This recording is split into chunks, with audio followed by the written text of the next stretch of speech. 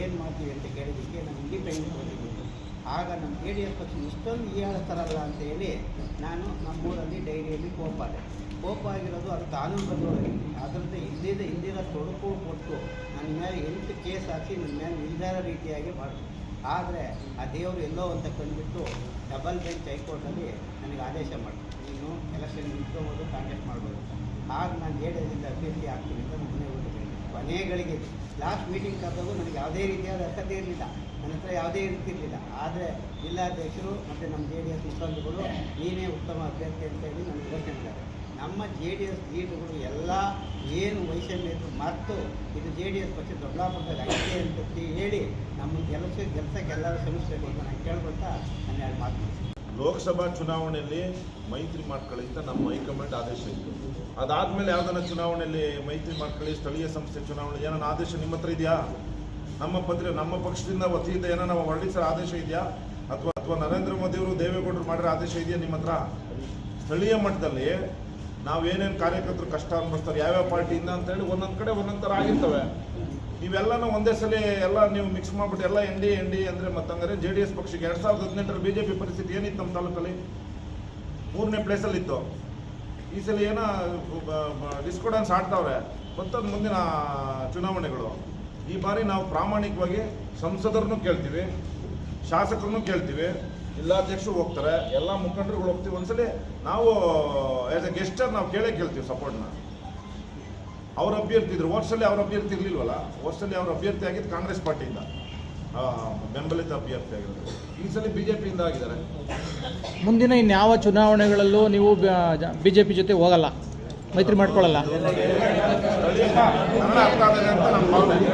ಸ್ಥಳೀಯ ಸಂಸ್ಥೆ ಚುನಾವಣೆಗಳು ಇದು ಯಾವುದೋ ಪಾರ್ಟಿ ಸಿಂಬಲ್ ಇಲ್ಲದೆ ಇರೋದ್ರಿಂದ ಪಾರ್ಟಿ ಸಿಂಬಲ್ ಒಂದು ನಿಮಿಷ ಸರ್, ನಮಗೆಲ್ಲ ಚೆನ್ನಾಗಿ ಕನ್ನಡ ಅರ್ಥ ಆಗುತ್ತೆ, ನಿಮ್ಮ ಭಾಷೆಗಳು ಅರ್ಥ ಆಗುತ್ತೆ, ರಾಜಕಾರಣಿಗಳ ಭಾಷೆಗಳು ಅರ್ಥ ಆಗುತ್ತೆ. ಒಂದು ನಿಮಿಷ ಸರ್, ಅರ್ಥ ಆಗುತ್ತೆ ನಮಗೆ. ಆದರೆ ನೀವು ಮಾಡ್ತಾ ಇರೋ ಗೊಂದಲದಿಂದ ನಾವು ಈ ಪ್ರಶ್ನೆ ಕೇಳಬೇಕಾಗಿದೆ. ಮುಂದಿನ ಚುನಾವಣೆ ಅಂತಂದರೆ ಮುಂದೆ ಜಿಲ್ಲಾ ಪಂಚಾಯತಿ, ತಾಲೂಕ್ ಪಂಚಾಯತಿ, ಗ್ರಾಮ ಪಂಚಾಯತಿ ಚುನಾವಣೆಗಳಿದ್ದಾವೆ. ಈ ಗ್ರಾಮ ಪಂಚಾಯತಿ ಚುನಾವಣೆಗಳಿಗೆ ಯಾವುದೇ ಪಕ್ಷದ ಚಿಹ್ನೆ ಇರಲ್ಲ. ಆಗ ನೀವು BJP ಜೊತೆ ಹೊಂದಾಣಿಕೆ ಮಾಡ್ಕೊಳ್ಳಲ್ವಾ? ಇದೇ ಸ್ಟ್ಯಾಂಡಲ್ಲಿ ಇರ್ತೀರಾ ನೀವು? High command direction sir, high command direction ಈ ಚುನಾವಣೆ ಒಳಗೆ NDA ಸಿಂಬಲ್ ಬಂದಲ್ಲಿ ನಮ್ಮ ರಾಷ್ಟ್ರೀಯ ಅಧ್ಯಕ್ಷರು, ರಾಜ್ಯಾಧ್ಯಕ್ಷರು ಮಾತಾಡಿ ಕೊಡುವಂಥದ್ದು ಸಿಂಬಲ್ ಇದ್ದಾಗ NDAಗೆ ಬರುವಂತೆ ಆಗ್ತದ್ದು. ಲೋಕಲಲ್ಲಿ ನಾವೆಲ್ಲರಿಗೂ ಅಧಿಕಾರ ಕೊಡಬೇಕಲ್ಲ, ನಮ್ಮಲ್ಲಿರೋ ಕಾರ್ಯಕರ್ತರಿಗೆ. ನಾವೆಲ್ಲ NDA ಅಂತ ಅದನ್ನು ನಂಬ್ಕೊಂಡು ನಾವು ಹೋಗ್ಬಿಟ್ಟು ಲೋಕಲಲ್ಲಿರುವಂಥ ಕಾರ್ಯಕರ್ತರಿಗೆ ನಾವು ಏನು ಕೊಡೋಕ್ಕಾಗಲ್ಲ. ಅದ್ರ ದಿಸೆಯಿಂದ ಲೋಕಲಲ್ಲೂ ಅದಕ್ಕೆ ಸಿಂಬಲ್ಗೂ ಸಂಬಂಧ ಇರುತ್ತೆ ಅಂತ ಹೇಳೋದು ನಮ್ಗೆ. ನೀವು ಗೆದ್ರೆ ರೈತರಿಗೆ ಏನು ಅನುಕೂಲ ಮಾಡ್ತೀರಾ, ಅಥವಾ ನಿಮ್ದೇನಾದ್ರೂ ಪ್ರಣಾಳಿಕೆ ಇದೆಯಾ, ನಿಮ್ಗೆ ಅಜೆಂಡಾ ಏನಾದರೂ ಇದೆಯಾ ಅಂತ? ನೀವು ಬರೀ ನಾವಿಂತ ಕೆಲಸ ಮಾಡ್ತೀವಿ, ರೈತರಿಗೆ ಅನುಕೂಲ ಆಗ್ತದೆ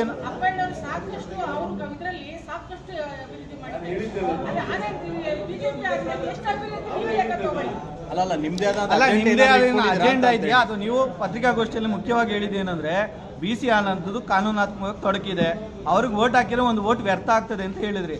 ನಿಮ್ಗೆ ವೋಟ್ ಹಾಕ್ಬೇಕು ಅಂದ್ರೆ ನಿಮ್ದೇನಾದ್ರು ಪ್ರಣಾಳಿಕೆ ಇದೆಯಾ, ಅಥವಾ ನೀವೇನಾದ್ರು ರೈತರಿಗೆ ಈ ತರ ಅನುಕೂಲ ಮಾಡ್ತೀವಿ ಅನ್ನೋದು ಏನಾದ್ರು ಪ್ರಣಾಳಿಕೆ ನೀವು ಮಾಡ್ಕೊಂಡಿದ್ದೀರಾ ಅಂತ? ಕಾರಣ ಏನು ಅಂದ್ರೆ ಈಗ ಮೂರು ಮುಖಂಡಗಳಲ್ಲಿ ಇದ್ದೀರಾ. ಬೇರೆ ಚುನಾವಣೆಗಳಲ್ಲಿ 3 ಜನನು 3 ಪ್ರತ್ಯೇಕ ಹೇಳಿಕೆಗಳನ್ನು ಕೊಡ್ತೀರಾ. ನೀವೇ ಪರ ವಿರೋಧ ಎಲ್ಲ ಪ್ರಶ್ನೆಗಳನ್ನ ಹುಟ್ಟಾಕ್ತೀರಾ. ಈಗ ಒಂದೇ ವೇದಿಕೆಯಲ್ಲಿ 3 ಜನ ಕೂತ್ಕೊಂಡು ನಾವು ಒಗ್ಗಟ್ಟಾಗಿದ್ದೀವಿ ಅನ್ನೋದನ್ನ ಸಂದೇಶ ಕೊಡ್ತಾ ಇದ್ದೀರಾ. ಇದು ಕಾರ್ಯಕರ್ತರು ನಂಬ್ತಾರ, ಅವ್ರಿಗೆ ನಿಮ್ಮ ಮೇಲೆ ವಿಶ್ವಾಸ ಇದೆಯಾ ಅನ್ನೋದು ಪ್ರಶ್ನೆ ಸರ್.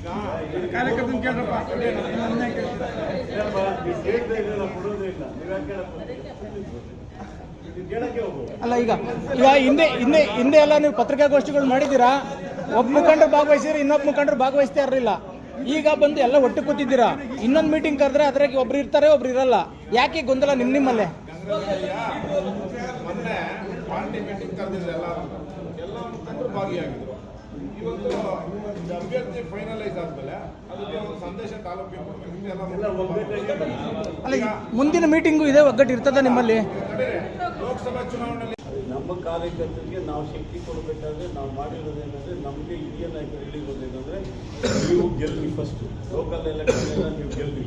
ಗೆದ್ದಾದ್ಮೇಲೆ ನಮ್ದು ಮೆಜಾರಿಟಿ ಬರಲಿಲ್ಲ ಅಂದರೆ ನಮ್ಗೆ ಅಧ್ಯಕ್ಷತೆ ಯಾರು ಕೊಡ್ತಾರೋ ಅವ್ರ ಜೊತೆಯಲ್ಲಿ ನೀವು ಸೇರ್ಕೊಳ್ಳಿ ಅಂತ ಹೇಳಿರೋದು ಕಾರ್ಯಕರ್ತ.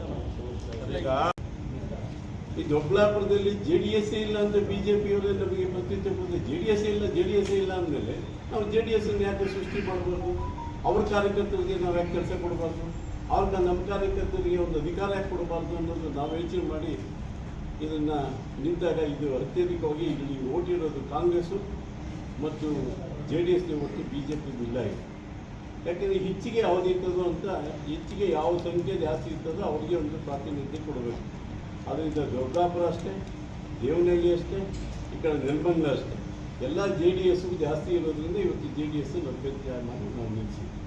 ಅದನ್ನು ಮೇಲೆ ಇರುವಂಥ ನಮ್ಮ ರಾಜ್ಯಾಧ್ಯಕ್ಷರು ರಾಜ್ಯಾಧ್ಯಕ್ಷರಿಗೆ ನಮ್ಮ ತಾಲೂಕಲ್ಲಿ JDS ಇದೆ ಅನ್ನೋದು, ನಮ್ಮ ಜಿಲ್ಲೆಯಲ್ಲಿ JDS ಇದೆ ಅನ್ನೋದು ಮನವರಿಕೆ ಮಾಡಿಕೊಡ್ಬೇಕು ಅನ್ನೋದು ಈ ಉದ್ದೇಶ. ಈಗ ನಮಗೆ ದೇವೇಗೌಡರು ಇಬ್ಬರಿಗೂ ಹೇಳಿ ಇಬ್ಬರು ಫೋಟೋ ಇಬ್ಬರು ಅವರು ಸೂಚನೆ ಅವರು ಕೇಳಿದಾಗ ಸೂಚನೆ ಕೊಟ್ಟರು, ಇವರು ಅಭ್ಯರ್ಥಿ ನಿಮ್ಗೆ ಓಟ್ ಜಾಸ್ತಿ ಇದೆಯಾ, ಓಟ್ ಜಾಸ್ತಿ ಇದೆ ಅಂದರೆ ಅದನ್ನು ಅವ್ರು ಇಬ್ಬರನ್ನ ಅಭ್ಯರ್ಥಿ ಮಾಡುವಂತೆ ಹೇಳಿರೋದನ್ನು ಇದು ಅಭ್ಯರ್ಥಿ ಮಾಡಿ. ದೊಡ್ಡಬಳ್ಳಾಪುರದಲ್ಲಿ ಕಾಂಗ್ರೆಸ್ ಬೆಂಬಲಿತರು JDS ಬೆಂಬಲಿತರು ಮೈತ್ರಿ ಮಾಡ್ಕೊಂಡಿದ್ದಾರೆ ಅಂತ ತಿಳ್ಕೊಬೋದ ಈ ಮುಖಾಂತರ?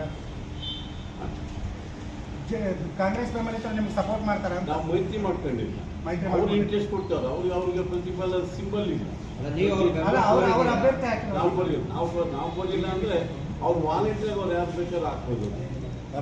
ಸಪೋರ್ಟ್ ಮಾಡಿ ಅಂತ ಕೇಳಿಲ್ಲ ಅವ್ರನ್ನ.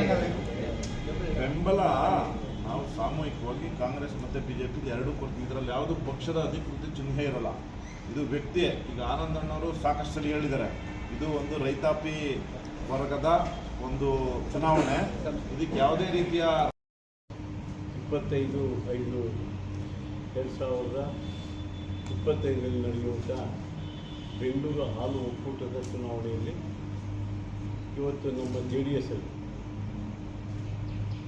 ಇಂದ ಒಮ್ಮತದ ಅಭ್ಯರ್ಥಿಯಾಗಿ ಇವತ್ತು ಪುಷ್ಕೂರ ಅನ್ನೋದನ್ನು ನಾವು JDS ಇಂದ ಚುನಾವಣೆಗೆ ಅವ್ರನ್ನ ಆಯ್ಕೆ ಮಾಡಿದ್ದೀವಿ. ಅವ್ರ ಸಿಬ್ಬಲ್ಲು 2, ಅವರ ಕ್ರಮ ಸಂಖ್ಯೆ 2, ಅವರ ಗುರುತು ಹಣ್ಣಿನ ಗುರುತು.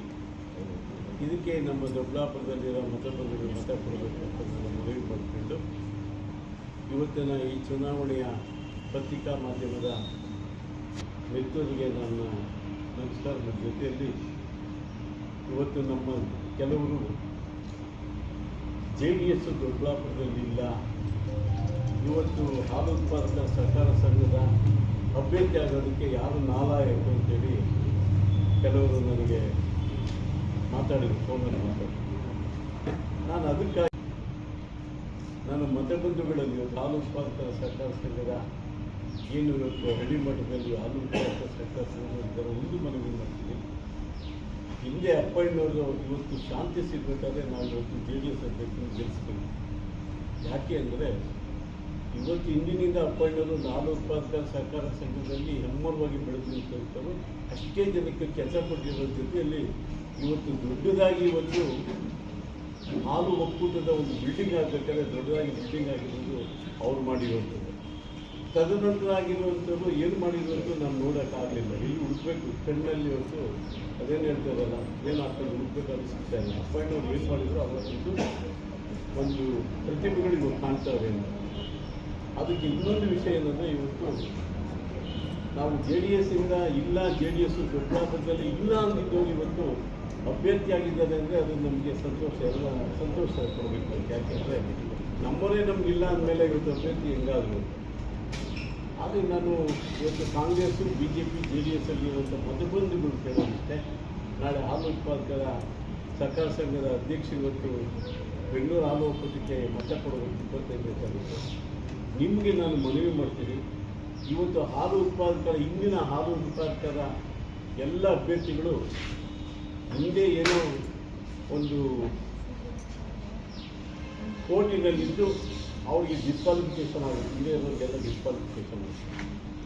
ಅವ್ರಿಗೆ ಡಿಸ್ಕ್ವಾಲಿಫಿಕೇಷನ್ನ ಮಾಡಿರೋದನ್ನ ಮತ್ತೆ ಅವರು ಸ್ಟೇ ತಗೊಂಡಾದ್ಮೇಲೆ ಅವ್ರು ಯಾವತ್ತು ಇವತ್ತು ಆ ಸ್ಟೇ ವೆಕೆಟ್ ಆಗ್ತದೋ, ಸ್ಟೇ ವೆಕೆಟ್ ಆಗೋದ್ಮೇಲೆ ಅವ್ರ ಅಭ್ಯರ್ಥಿ ಆಗೋಕ್ಕೂ ಇಲ್ಲ, ಅಭ್ಯರ್ಥಿ ಆದರೂ ಅವರು ಪ್ರಯೋಜನ ಇಲ್ಲ.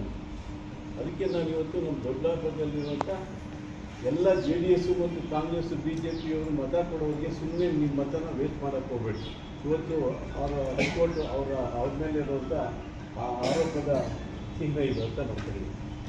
ಇದು ಮುಂದೆ ಅವರು ಪ್ರತಿ ಚುನಾವಣೆಯೂ ಪ್ರತಿಷ್ಠೆ ಇರುವಂಥದ್ದೇ. ಚುನಾವಣೆ ಖಂಡಿತವಾಗಿ ರೈತರಿಗೆ ಸಹಕಾರ ಮಾಡಿಕೊಡುವಂಥ ಚುನಾವಣೆ. ಸೊ ಇಲ್ಲಿ ನಾವು ವ್ಯಾವಹಾರಿಕವಾಗಿ ನೋಡಬಾರ್ದು. ಸೊ ಭಾಳಷ್ಟು ಜನ ಈ ಚುನಾವಣೆನ ವ್ಯಾವಹಾರಿಕವಾಗಿ ತೊಗೊಂಡ್ಬಿಡ್ತಾರೆ.